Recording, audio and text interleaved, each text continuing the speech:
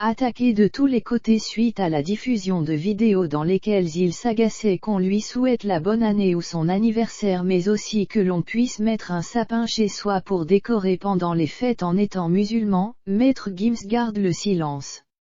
Mais plus pour longtemps selon Valérie Pécresse, qu'il soutient en politique, la nouvelle année démarre, déjà, par une polémique et elle est signée Maître Gims.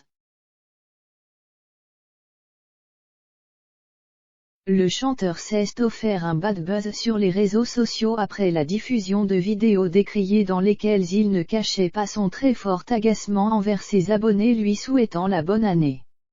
Il s'en prenait tout particulièrement aux musulmans lui adressant des vœux. Il a depuis été clashé par l'AAM ou par son confrère Boba.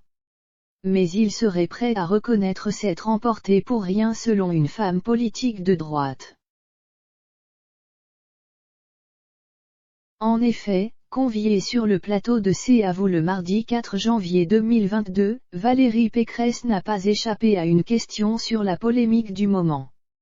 Il faut dire que la présidente de la région Île-de-France et candidate du camp de la droite à la prochaine élection présidentielle avait reçu le soutien de Gims lors des dernières régionales. À l'époque, elle avait été moquée car elle n'avait pas été capable de le reconnaître quand on lui avait parlé de lui. L'élu a répondu cash, il m'a dit qu'il était désolé, qu'il ne voulait blesser personne et qu'il allait souhaiter bonne année à tout le monde.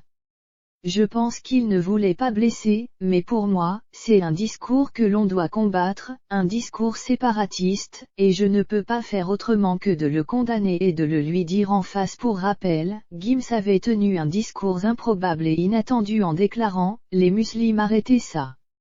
Ce sont eux qui envoient la plupart des bonnes années.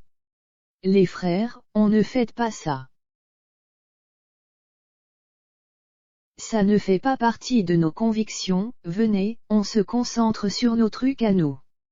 Restons forts sur nos valeurs, nos trucs à nous. » Sur la toile, il a rapidement été critiqué, moqué et remis à sa place y compris par des musulmans remettant en doute ce qu'il avançait. Sur ses réseaux sociaux, Instagram et Twitter en tête, des milliers de personnes ont également pris un certain plaisir à aller déposer des messages de bonne année dans les commentaires. Le membre de la section DSO a pour l'heure choisi de faire profil bas et de ne pas répondre.